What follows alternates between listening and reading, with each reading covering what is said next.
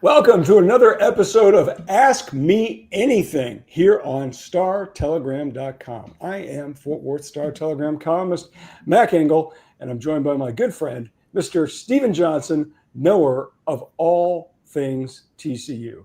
Stephen, I've noticed you're wearing neutral colors today, as am I. Is that a coincidence? Honestly, I got way too much blue and red in my closet when it comes to polos, so I was really rushing to find something that I could wear. But I think, there was definitely a method to the madness for sure. Well, thanks for joining us as we begin this endeavor where we want to engage with TCU fans, SMU fans, football fans, readers, listeners, whomever wants to ask us anything about the big game on Saturday in Fort Worth, the last air quotes, iron skillet. TCU comes in at 2-0 and will host SMU, which comes in with a record at 2-1 for the last game of this long-time rivalry between two Southwest Conference teams that has been put on pause by TCU, which it announced a couple of years ago for a variety of reasons. Stephen, we have explained this before in print, but we want to give everybody an update. I know you've talked about it. I've talked about it with TCU Athletic Director Mike Buddy. When do you, first of all, I want your opinion. Do you think this is a big deal in the TCU community that they are discontinuing this series? They say the word pause, that they are pausing this series against SMU. Do you think TCU fans care about this? I've seen a bit of a shift maybe this year. I think it's some fans are starting to realize, hey, this really is the last game. I think there's been some push a little bit from the fan base to maybe reschedule the game. But I think overall when TCU did it, it didn't really seem like the fan base was that upset. Mm-hmm. I think how they feel about it will just really depend on what type of non-conference games do you guys scheduled in the future. They got like Duke, Purdue, I think Stanford, maybe North Carolina got moved to Ireland. So they're kind of scheduled out already with the power conference team. So I think it really comes down to, I know SMU got LSU and Notre Dame on the schedule and maybe somebody else. So they kind of added some marquee games already. I think some fans are probably going in a wait and see mode and see what TCU does. I know they added Arkansas State, which, they took a little crap on social media, but TCU, that's a weak game, Stephen, and you know it. No, it is. I mean, that's a weak opponent. And, for me, when they made this announcement back in, 2023, like August of 23, when they made this announcement that they were going to pause this series, SMU was a group of 5 school. And at the time, and I know you remember this, Sonny Dykes, along with then athletic director Jeremiah Donati at TCU, said, hey, look, we've got to have more home games. And we have to have a business model. Coaches talk about business models all the time. And basically what you're talking about is we need guaranteed wins in non-conference. And if there are not going to be guaranteed wins, then we better play somebody who's going to pack the house. And for TCU, they've never really done that. And I don't know if you saw this or not. The last time TCU played a non-conference opponent at Amon Carter Stadium that was ranked was 2006.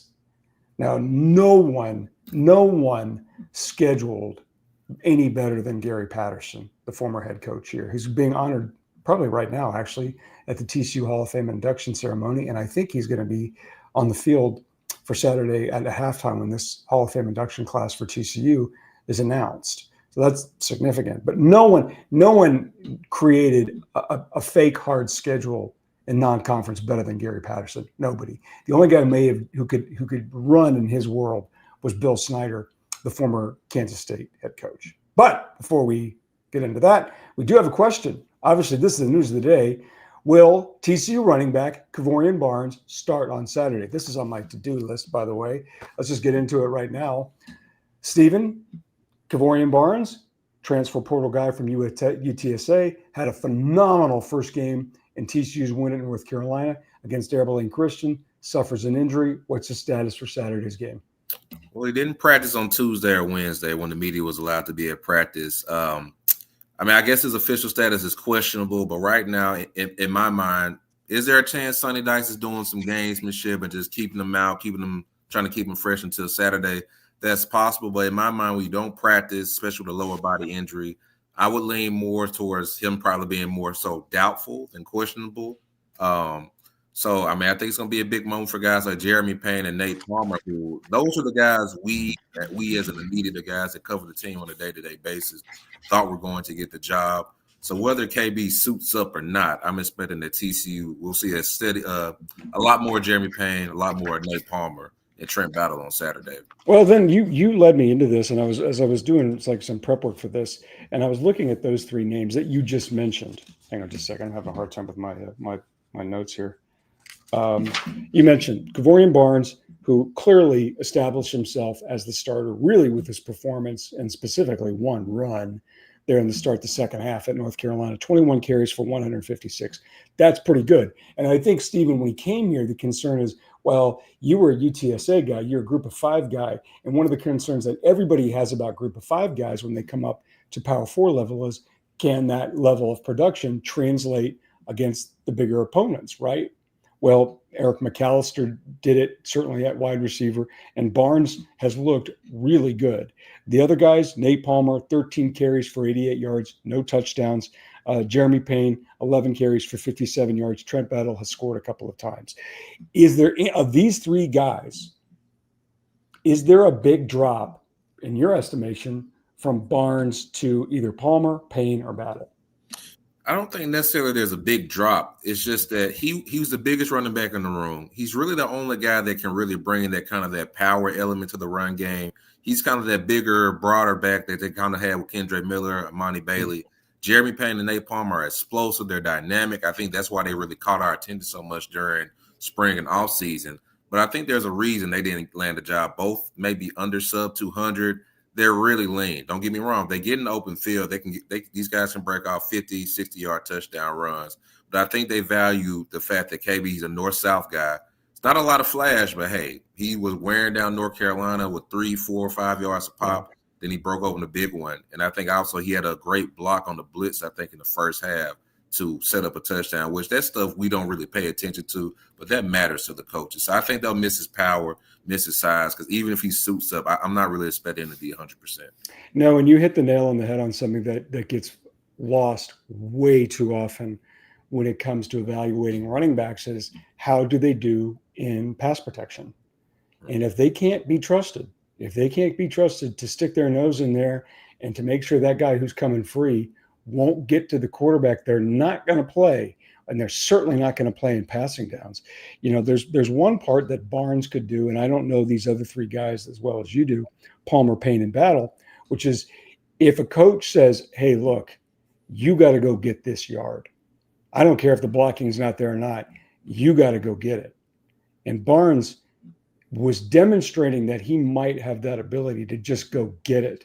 Do any of these other guys have that ability? If Kendall Briles or Sonny Dykes looks at him, Steven, and says, I don't care if the hole's not there or not, you got to go get this first down now. It might not be them. It might be a true freshman, John Denman. If out of all the guys outside of KB, he's the one, I think he's already 200 pounds, even though he's a true freshman. He probably brings the most power to that room outside of KB. He also kind of has that explosibility as your Nate Palmer, your Jeremy Payne. He's just so young. Are they going to be comfortable enough with him in pass pro, especially against this SMU defense? So aside from him, Nate Palmer runs really hard, man. Some people compared him to Darius Anderson, TCU running back. I didn't watch. Darius was good. Yeah, so I think I've heard that comparison on social media. So I think Nate Palmer can do that, but I think for all those young running backs, and for one reason or one thing they have to learn is just kind of doing, like you said, just going straight forward. I think Jeremy Payne mentioned a lot of times they want to bounce it. A lot of times they think it's almost still high school in the sense where they can just get the edge and it's just not that adjustment. So I think they've all made strides, but there was, like I said, KB was a battering ram, and I think they really valued that in this offense. So in the offseason, Stephen, you had written quite a few times that one of the biggest questions about this offense wasn't receivers, even though they're replacing two guys who were in the NFL, Savion Williams and Jack Besh. It wasn't receivers. It's certainly not the quarterback because Josh Hoover he's the money man. Offensive line looked pretty good. Your question, and I think Sonny Dykes would have agreed with you, was running backs. And in fact, correct me if I'm wrong, I think you even rated the running backs coming into this offseason, the Big 12 running backs, and I thought you would put TCU at the bottom, and for good reason. That's no knock on you because none of them had done anything. From what you've seen so far from those guys, is that area a problem anymore? See, if assuming KB was healthy, I would say I was cautiously optimistic. I mean, they play Abilene Christian.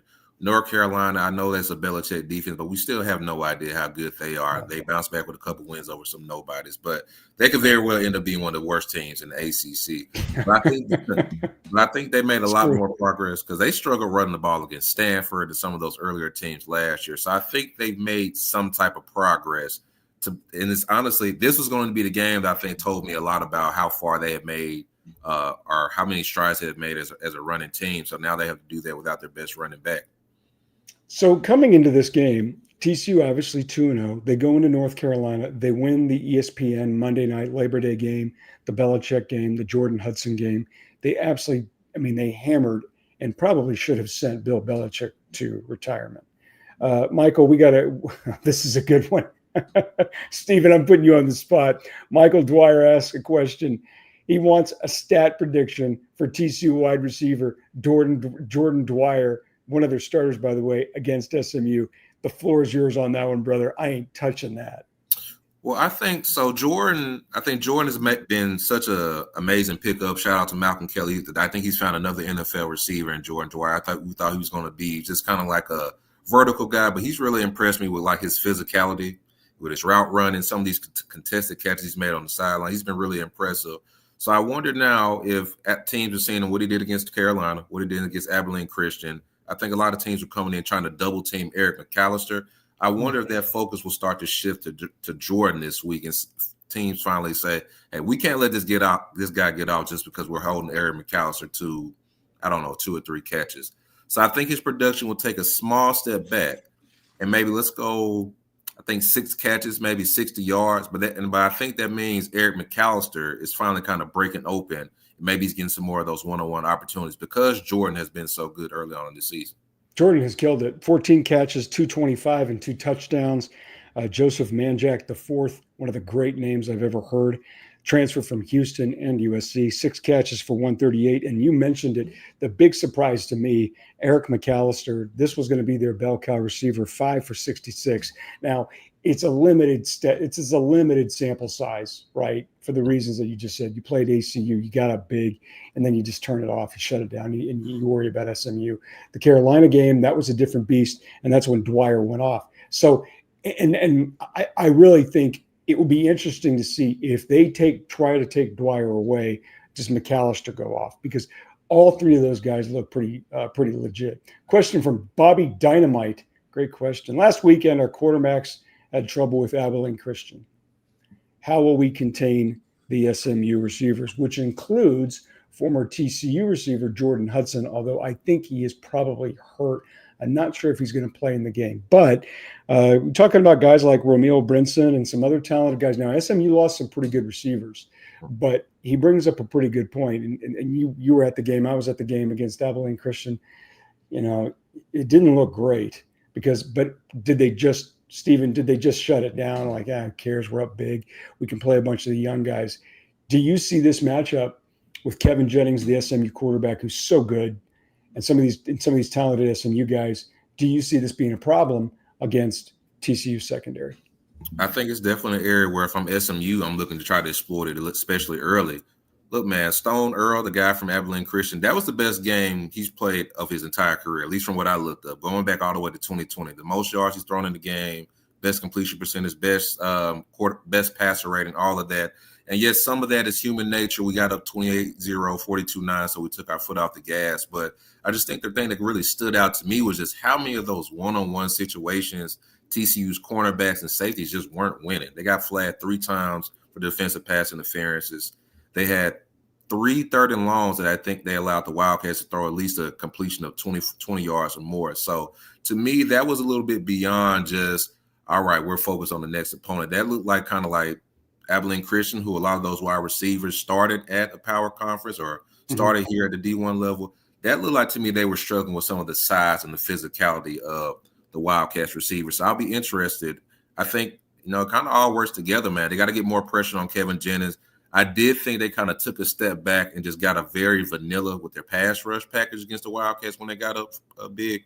So I think they see more pressure, and ideally Jennings will have less time, and that should help the cornerbacks in coverage, especially if Jordan Hudson's not available.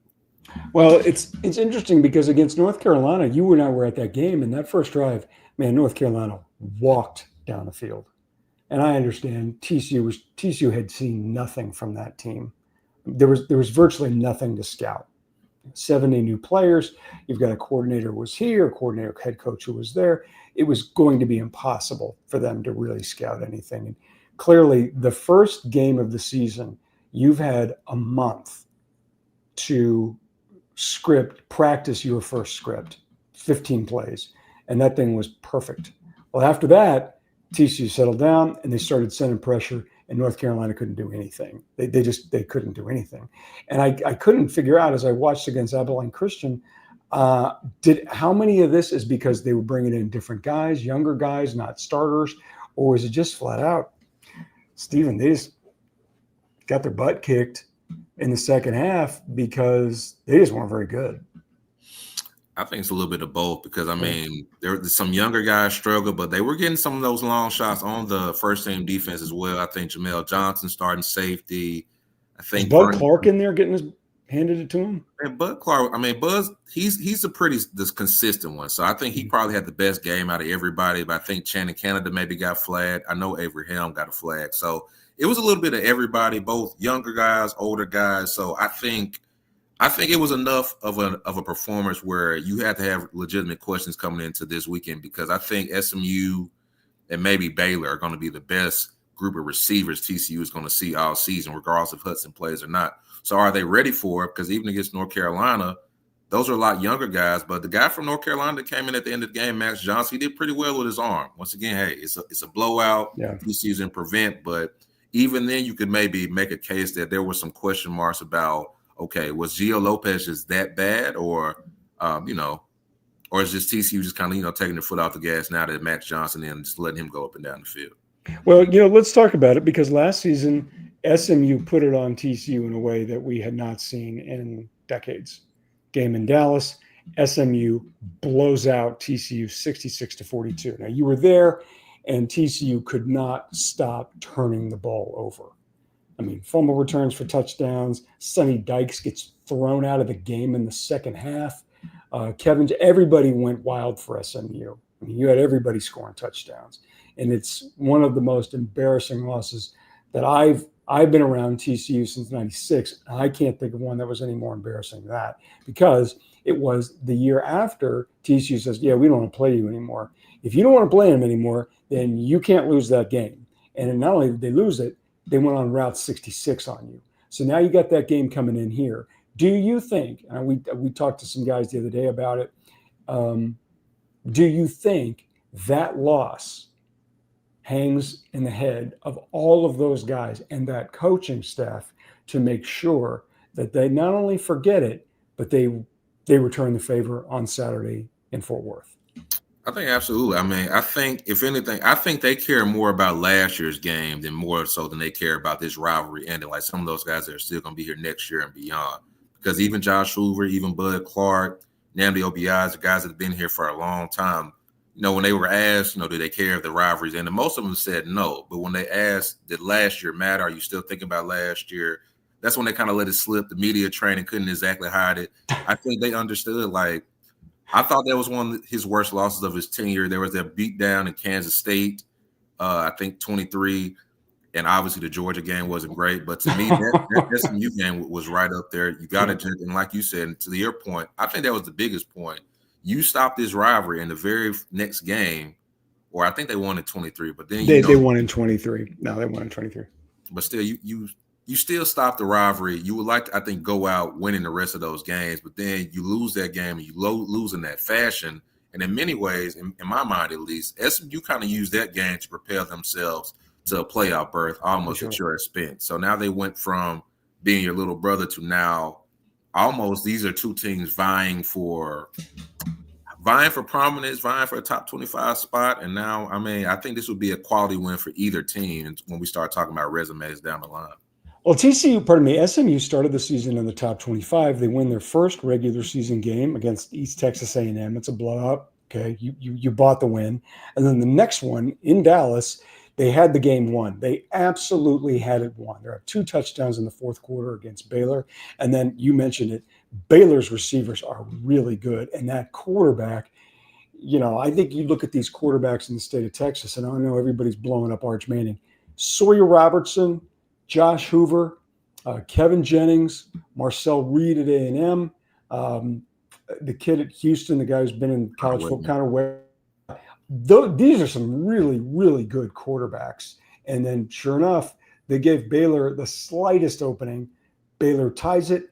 They win it in double overtime, 48-45. And then last week, SMU goes on the road and wins a pretty unimpressive performance, 28-10 over Missouri State in Springfield. I was shocked they played the game, to tell you the truth. Kevin Jennings lit the world on fire last season in his first year as a starter. Dallas product has already thrown for 836 with 6 touchdowns, 3 interceptions. Now that's the one thing about Kevin. He'll give the ball away sometimes, but they had such a great year last year. And a lot of those guys are gone. Now, they took in a bunch of transfers last season or 2 seasons ago under Rhett Lashley. And I got their top 25 ranking. I think they started the season 17. Is that right, Stephen? Sounds about right, yeah. So I thought that was a little heavy, but I got it. And now obviously they're out of the top 25. I didn't think this team, even though Kevin's 1 year older, was as good as last year's team. I was like, they've lost too much. They're a 6.5-point underdog, which I think is really heavy for this game on Saturday. What do you make of where SMU is today, or given the fact, I don't know what to make of them, but that loss to Baylor, Baylor's pretty good. And I know Baylor lost its home opener to Auburn, but I don't know. I just don't think this SMU team is nearly as good as it was last season. Yeah, I definitely think they're taking or will take a step back. I was looking it up, just previewing this game. At least according to CBS Sports, they lost 9 starters off their defense from last season, which even if you look at the stats, I think they were top 30 in scoring defense. They might have had one of the most underrated defenses in the country last year. So they lost their 4 leading pass rushers, lost most of their linebackers. Like I said, I know they brought in transfers to, kind of offset that. But when you just kind of keep rolling in those guys, eventually you're going to kind of roll into, I don't even want to say a dud, but that was a special group. It seems like half the team was from Miami. So no, it was. He brought in a ton of guys. When Rhett was the OC or quarterbacks coach, which one of the others at Miami, he brought in a lot of those guys with him, a lot. And you're right. I mean, you hit the nail on the head when you saw the TCU season after the championship game. If you're relying on transfer portal guys, you're bound to run into a clutch. You've got to build up young guys into a core group of players. And that's the part to this. I'm like, that's tough. I didn't realize that they had lost 9. I knew it was a big number, but 9 is a big number. They bring back the 2 safeties. Even on offense, they bring back a really good lineman, Logan Parr, RJ Maryland, who's a really good tight end as well, too. But I think Rashard Smith, who was an excellent running back, one of those Miami guys, he's gone. Most of their receivers are gone. Jordan Hudson was supposed to be the guy, the big returner coming back. Now he's been out. So I just think all signs, I think they'll still be a good team, maybe an 8-9 winning team, and that might be good enough to contend in the ACC that looks wide open outside of Florida State and Miami. But I think everything says this is a team that's going to take a small step back, and they won a conference championship at 23, went to the playoff. Teams like SMU and TCU, at some point you got to kind of reload before you can kind of get to your next cycle. So I definitely think they're probably going to take a step back and aren't as good as last year. Well, as I looked at this schedule that they've got, you mentioned it. We do have a question. Thanks for Michael again. Do you think TCU having an early bye hurts them more than helps them with the opportunity to get into the top 25 with a win this week? 1,000% ideal question, because I have been covering college and covering college football, watching college football forever. I can't ever remember, Stephen, a bye week the week after the season opener. I'm sure it's happened before, but when I saw that, I'm like, what in God, who does this? Do you think at all that's had a drag effect on how people see this team, or maybe even in the play of the team itself, because an off week right after week one is really weird. Yeah, absolutely. They kind of fell off the. I don't want to say fell off. They weren't in the conscience of the college football fan because they played on that Monday. Mm-hmm. You're off. Then your very next game is against Abilene Christian, and nobody's really checking into. So honestly, you blew out Bill Belichick, but then kind of for the next two or 3 weeks, you kind of been incognito. So this, I think, will be TCU's first time back on the national stage since that North Carolina game. I think it hurt them early on in the season because maybe if TCU plays Abilene Christian right after North Carolina, maybe they get a couple votes with all the losses and whatnot. But now I think they win this game. I took them off my ballot from last week just because of the second half against Abilene Christian I was concerned about it. But I think if they beat SMU this week, who's their only other losses to a Baylor team receiving votes, they lost to in overtime. I think you'll start seeing TCU on a lot of top 25 ballots. They're like 31 right now or something like that. So I think it went over SMU, especially if it's in a nice fashion, let's say by 7 or at least by 2 possessions. I think TCU might get cracked into the late 20s if they win on Saturday. Stephen, looking at this objectively, I want you to go back home to Tennessee, Memphis, and you're watching this from an outsider's perspective. First time, long time. We're going to get to you in a second. Stephen, of these two programs, who needs this win Saturday more? SMU or TCU? Okay, if I'm going back to Memphis, I would still say that's a really good question. Because you can make a case for either one of it. So you're looking at this purely from an outsider's perspective and the way America views these two programs, which because of their size, they're never going to be regarded the same way that Texas is or anything like that. But when you look at these two from a national perception, which is the one you say, you better win this game? I still think SMU needs to win more. Obviously, they already got a loss on their schedule to Baylor, so you don't want to add another loss to. Yeah, you're right. Not you don't want to add another in-state loss to a rival so early on in the season. Yeah. I think you can make a case that could kind of stagnate so much of the progress. You win in America, you win the ACC, and then you don't win. You go to the ACC title game, then you come back that next season, and your former big brothers kind of remind you that they're still big brothers, even though you had this good season. So I still think, from an outside perception, from the people outside of DFW, I think the win would matter more to SMU because I think they're still looking for kind of legitimacy on a national scale because TCU's already had that from their success they had with Gary and even that first season they had with Sunday. There's just more of a track record of success while SMU is still trying to establish that. But for TCU, I still think internally the fact that you were still the guys that ended this rivalry, you don't want to end up losing 2 in a row. And I also don't think you want to give up ground to SMU with these high school recruits, with these high school kids, because that is going to be a selling point. Hey, like we're trending up. TCU is, either trending down or they kind of like they're not going back to the national title game. We went to the playoffs. We came back. We beat TCU for the second straight season. We're going to contend in the ACC. So from an outside, I would say SMU, but just knowing being inside the community, the DFW community, I think this game might mean a little bit more to TCU, even though they won't say it out loud. I think you're right. I think in terms of the season 2025, it means more to SMU. You've already lost one, and you lost at home to a team that's 90 minutes down the road. You really don't want to lose another one of these to a Power 4 school. Even, you don't want to drop 2 in the first month. Because if you drop 2, now as a head coach, you got to start dealing with guys checking out. And that in this paradigm, in this model, that could happen. Now, the one advantage SMU has is its schedule is not that great.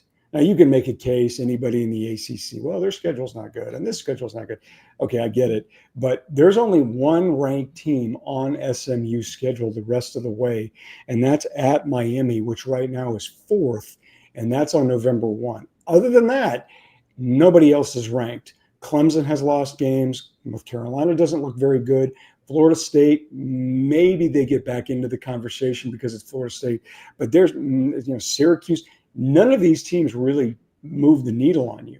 So whereas with TCU, both of these universities now are in a death race to be considered, should it ever happen, to be in the Power 2 or Power 3 or however this goes, and you can't lose ground on it. SMU bought its way to the big club. It did. It bought its way to the big club. And I know people in the TCU community don't like that, but I'm like, they did it. They took a short, you want to call it a shortcut, whatever. They did it. And then they proved they belong by having the season that it did last season. So you don't want to lose any momentum in this race because you're right. TCU had been big brother for the better part of 20 years, Stephen. And then last season, that changed quick. And they proved that they could do this by beating a bunch of good teams. And they probably should have beaten Clemson in the ACC championship game. Now, the playoff game was awful. They were completely neutered by Penn State. And that Penn State team was pretty good. But for me, of the two, in terms of long-term health, TCU's got to win this game. And Sonny Dykes, for the sake of his reputation, because he was the guy who said, I don't want to play this game anymore because of the business plan. And now new AD Mike Buddy has come in and said, I don't know if I really want to do this game because Sonny was the head coach here, and that makes this kind of tricky. Those are his words. He used the word tricky. So I think if this is the way out, and we're not going to see this game for another 7 or 8, 10 years, which I don't think we will, you better win this one. Because and then the other part of it too, and I know you've referenced this before, their schedule coming up. And before I want to make sure I acknowledge first time, long time. And I hadn't even thought about this. Gary Patterson used to schedule early season bye weeks, and I'm just getting older. I don't even remember it. I know his early season schedules were junk, or fake hard, but I don't even remember that.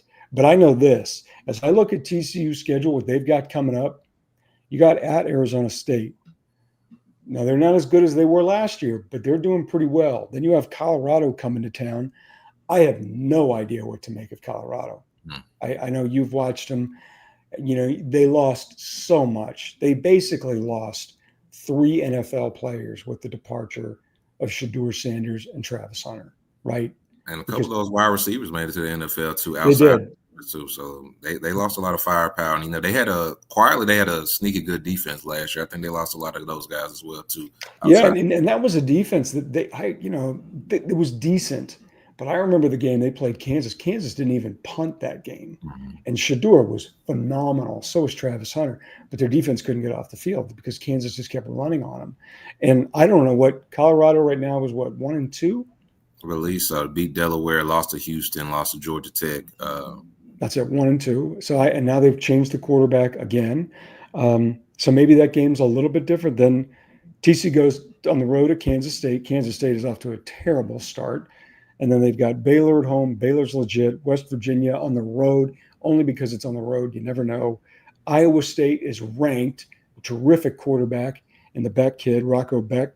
And then you go at BYU, at Houston. I think Houston's decent. And then you finish up with Cincinnati. So when I look at these other things, I'm like, you better get wins where you can, because 1 or 2 of these is going to be a loss that you think that should be a win, because that's the nature of the league.